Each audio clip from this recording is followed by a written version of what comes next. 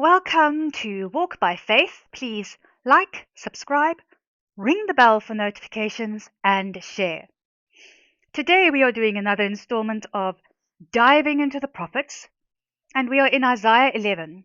Last time we talked about the new heaven and the new earth and how it will be at the end of days. Today we're going to talk about something better. Not better, just as good, but in a different way. God is going to bring the Jewish people back home. And home, by the way, is actually quite a big territory. It goes right. Let me just actually type it in. Hold on. 1 second.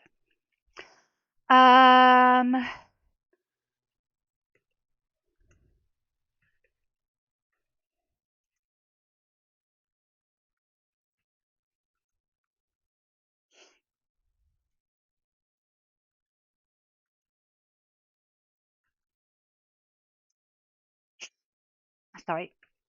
Pause. Okay. Right.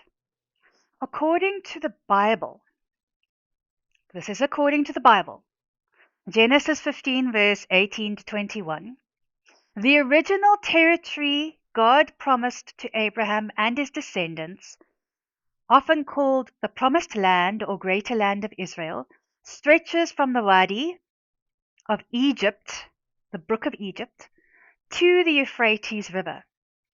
This expansive territory includes modern-day Israel, Palestine, Lebanon, and parts of Jordan, Syria, Egypt, and Iraq. Booyah! That is the original territory of Israel. I remember thinking that, talking to someone, and they were like, and I said, but God gave Israel to the Jewish people. And she was like, yeah, but what's the original territory of Israel? Because they think it's smaller than what it is. Heaven forbid that the Jewish people should have their own land, right? So, basically, that is the original territory that God gave to Israel, and it is a big chunk of land. Some people will think that that is now a nightmare. Okay? It goes against the narrative that is being put out. And people say, no, I'm not against Jewish people. I'm against Zionists. So it's like, who do you think Zionists are? Zionists are people who believe in the right of Israel, Jewish people, to self-determine, and in the right of Israel to exist. It's literally the only Jewish land. It's literally the only Jewish country in the whole world. And evil people want to get rid of it, right? Evil people want to take over what God has given to the Jewish people. I'm just telling you right now, it will never happen. It will never happen. So here we got Isaiah 11, verse 10 to 16. On that day, the root of Jesse, which stands as a banner for the peoples, the nations will seek him out. The nations, us Gentile people, we're going to seek them out. We're going to seek out the people. And the place where he rests will be glorious. The root of Jesse, Jewish people. Basically all Jesus' descendants, or everyone that comes from Jesus' line. And it encompasses all Jewish people, because Jesus was Jewish. On that day, Adonai will raise his hand again a second time to reclaim the remnant of his people who remain from Asher, Egypt, Patros, Ethiopia, Elam, Shinar, Hamat, and the islands in the sea. He will hoist a banner for the nations, assemble the dispersed of Israel. So we are in the story. He will hoist a banner for the nations. What nations? The nations that have given their lives to Jesus Christ, that are now brothers and sisters and now share in the inheritance that Israel has. has. We are inheritors, heirs with Christ. So he will, yeah, and he will gather them. He will hoist a banner for the nations, assemble the dispersed of Israel, and gather the scattered of Judah from the four corners of the earth. Ephraim's jealousy will cease. Those who harass Judah will be cut off. Ephraim will stop envying Judah, and Judah will stop provoking Ephraim. Why are Ephraim jealous of Judah? This is the thing. When the kingdoms were split, it was because Ephraim decided that they were entitled to rule all of Israel, and they fought with Judah. This is the house of Judah and the house of Ephraim, the tribes, and they wanted to be rulers. And obviously, God gave rulership to Judah. So they were fighting against the will of God. And often we do that, right? We know the will of God, but we put ourselves up as gods. We worship ourselves so much that we think we are entitled to rule, okay? So they were fighting them, and that's what caused the kingdom split between the northern kingdom, and the southern kingdom. Because they couldn't agree, they were always fighting. And there was a jealousy because God obviously blessed Judah.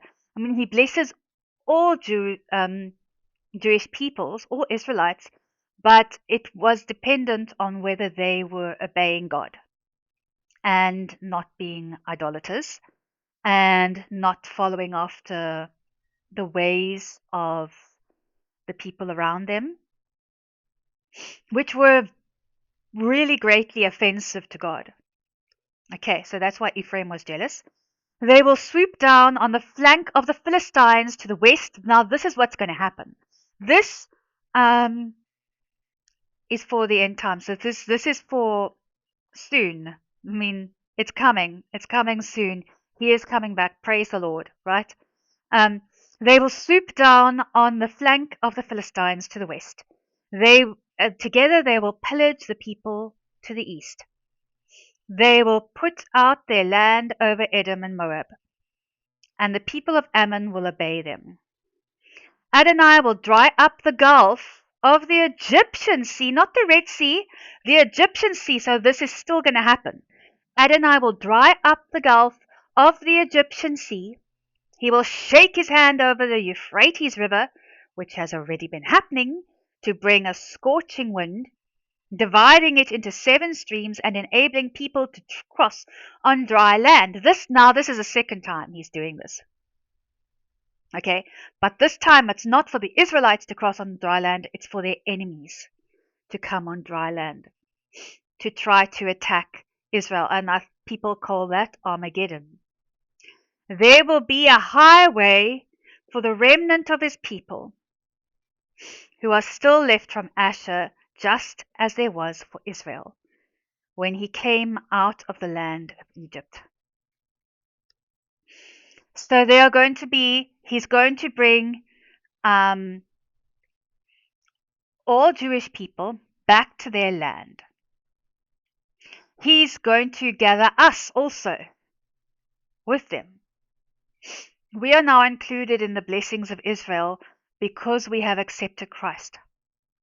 There are Jewish people who unfortunately will not accept Christ. And Christ came for the Jewish people, but he also came for us. So everyone who has given their lives to Jesus will be drawn back to Israel, and they will be saved.